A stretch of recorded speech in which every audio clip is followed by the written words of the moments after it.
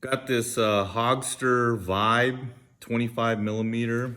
I ordered from thermalopticsplus.com. Really happy with my experience with this site. Really quick response. You can text them, email them. They had a really great service. I can't say enough good things. It was free shipping and no tax. It's getting harder and harder to find online retailers that give us everything we're looking for. Really, really good responsive service. So I spent some time researching, this is a force multiplier as a home defense, wilderness, being outdoors, camping, any of those uses.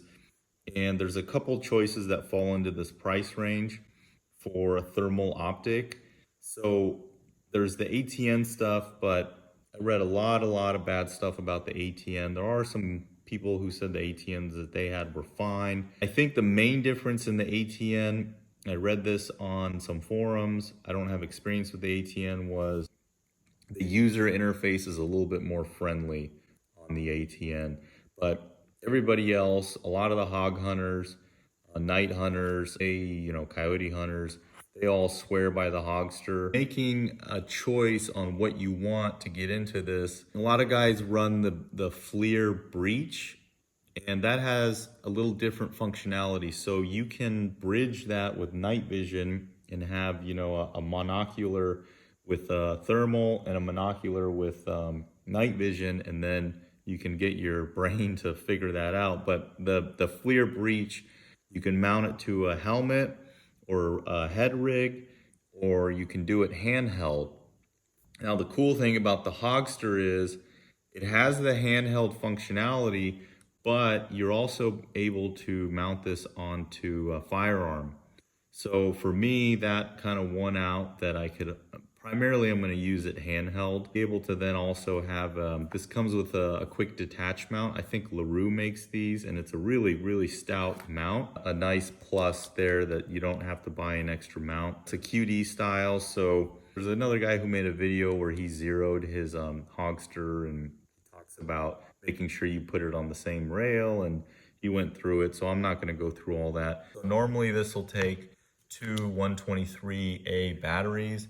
Thermal Optics Plus gives you this nice external battery pack. It's got an input for charging. It's USB-C and it has a USB out. The other great thing about the battery they give you is it's a Picattiny. It has a Picattiny mount for it, and then it's held in by this bungee. Pretty good instructions. So there are a couple things I wanted to just go through quickly where, again, I think the scope is really great for the money, but obviously nothing is perfect. So the first thing is I'm left-handed, and as I'm messing around with the menu, I noticed a couple times I would bump into this battery. Then I haven't ran it on CR123s because I've been running it off the battery pack. So maybe there's a little bit more tension when batteries are in there, and this wheel would be less likely to turn moving it around with my left hand. For right-handed people, you're not going to have that issue. So to get the battery on, plug it into the battery, real USB-C. You plug it in, and then the light turns on here. And then there's 3 buttons up top. These are really the only buttons. Power. Then it turns on and gives you the welcome screen. Not sure that's going to pick it up. So there's 2 focuses here. The first focus is right here, and that is for the actual screen with the numbers and the menu and all that. So you get that focused in, and then you don't have to mess with that. The second focus is for the actual scope lens. And the one thing that I wish they would have put, which again, this is minor issue, is a lever, like a bad lever, or just something that was more quickly get leverage, scope focus adjustment. So that was one thing.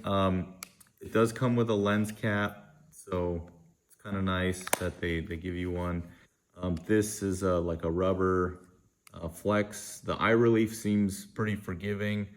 I haven't really put it on a rifle to see how it is there, but if you would want a riser, get a little different setup, but this is pretty good. Not sure if it's easily removable. I imagine it is, and then you could throw whatever else you want on there.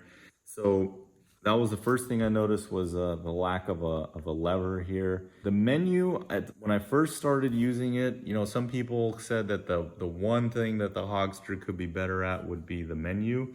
But once I got used to it, it kind of made sense. I mean, you have a power button, you have a menu button, and then you have a record controlling the recording function. So once I got used to it, it was no problem. That would be my only real complaints, would be that throw lever, the battery compartment was a little, I had a tendency to bump into it.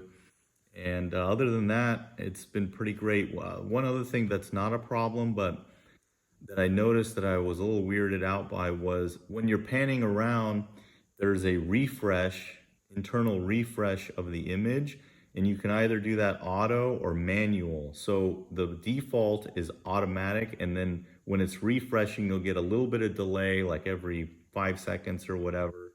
But I turned that off, and then that went away. So that's not a big deal. This has Wi-Fi. I was able to download the app, connect to my phone, was seamless. You go into the menu, turn on the Wi-Fi in the scope, and then you'll see the Wi-Fi on your phone. I was running it with an iPhone. I was able to connect, and then I had some control with my phone, like to be able to record. Again, I'll show you a video of that. You can record internally. I think it's got 16 gigabytes of internal recording. You can take stills. And then the third way is you can go into the menu and turn this port, this USB-C port, on as an output, video output. So I tried that with my MacBook. I couldn't get it to work. I may have to run a program like OBS or something. The one cool thing was when I did plug in the USB to my MacBook, it was giving enough power to run the scope. The manual says you'll get about an hour and a half with non-rechargeable batteries. My primary use was going to be using this as a handheld in the field, camping, outdoors, whatever it is. And I found a way to do that. It's kind of hard to find. I'm not really sure why that is an accessory that's difficult to find, but I did find it. I found it on Amazon. I'll show you that at the end of the video. I'll put a link. You guys can order something like that if you need it. And I'm really happy with my purchase. Really happy that I found thermalopticsplus.com. I'll put a link to them in the description as well. The other cool thing about this is the warranty. It's supposed to be a 4-year warranty. I think ATN is a 1 or 2 year. There are a couple other companies that make these, but there are so many glowing reviews of the Hogster online. You can see why. I mean, it's just a solid unit that so far for me has functioned really well. It seems very stout. You get a lot of extra features, and it just works well. One note about the video footage I'm going to show is it's a lot clearer on the optic than it shows up in the phone. So we'll go through that now. I'll do a little bit of voiceover. So this is at about 45 yards approximately from where I'm at. I'm holding this with my hand, so it's a little unsteady. This is on heat mode. Now we're at 2 times digital zoom, 3 times digital zoom. So this guy's smoking a stogie over here, and you could see the cigarette or cigar in his hand. This is 4 times digital zoom. Back to 1x digital.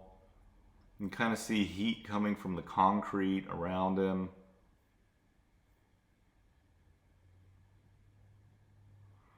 Now this is on the color mode.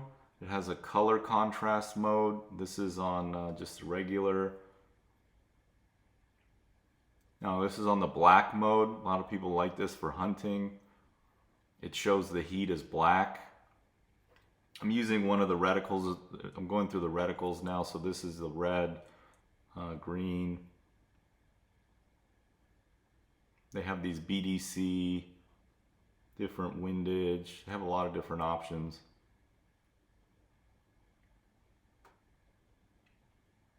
You can do white color, white with a black dot, white with all the different reticle choices. So this guy's at about 50 yards. This is on the black mode. It's kind of tracking him. There's a lot of shrubbery and trees blocking the view here.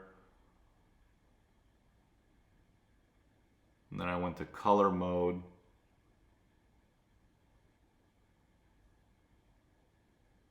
He's at about 60 yards now. This is probably the best mode here, the vivid color mode. There's some street lights around, so that's the heat that you see. And now I've started doing the digital zoom.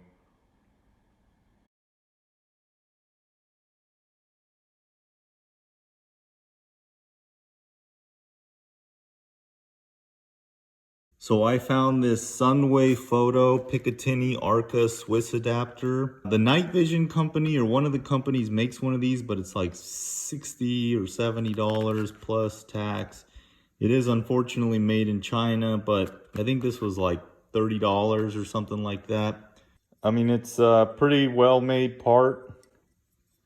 It's aluminum, and it looks like there's two different options. So I've got this Manfrotto mount, and it's just got an arc up here, and you just lock that in. So if you have one of these style mounts, this Arca, then you know, any sort of tripod, I have some handheld ones that work with this, so for spotting scopes or any other accessories, this thing is going to come in handy, I think, for a lot of different options. So it also has some tensioning screws underneath if you wanted to adjust it.